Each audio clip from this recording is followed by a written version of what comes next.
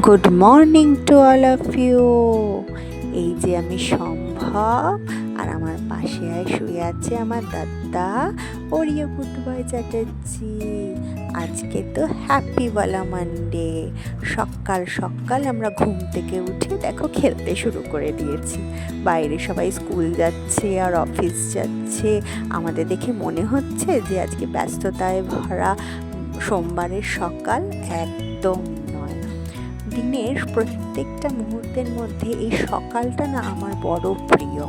আমরা এই সকালে চারজন একসাথে দারুণ কোয়ালিটি টাইম স্পেন্ড করি, একসাথে খেলি, খাই, সব কিছু। দেখো জোজো সকালবেলা উঠেই ব্রেকফাস্ট করতে শুরু করে দিয়েছে। ও খাচ্ছে মুড়ি, মাখানা আর দুধ। আর এই যে ওরিও দাদা পাশে বসে আছে, বাবার কাছে একটু কোলে ওঠার জন্য বায়না করছে। আসলে আমরা তো জোজোকে সারাক্ষণ কোলে কোলে নিয়ে ঘুরে বেড়াই, ওরিওকে তো আর সেভাবে কোলে আমি নিতে পারি না। তাই জন্য একমাত্র শতদলী ওকে কোলে নিতে পারে, তাই ওকে একটু বায়না করছে, আর বাবাটাই একটু কোলে নিচ্ছে। আর দাদার এই বায়না আবার ভাই বসে বসে দেখছে। আমাদের ওরিও খুব গুড বয়। এই যে আমার আরেকটা গুড বয়।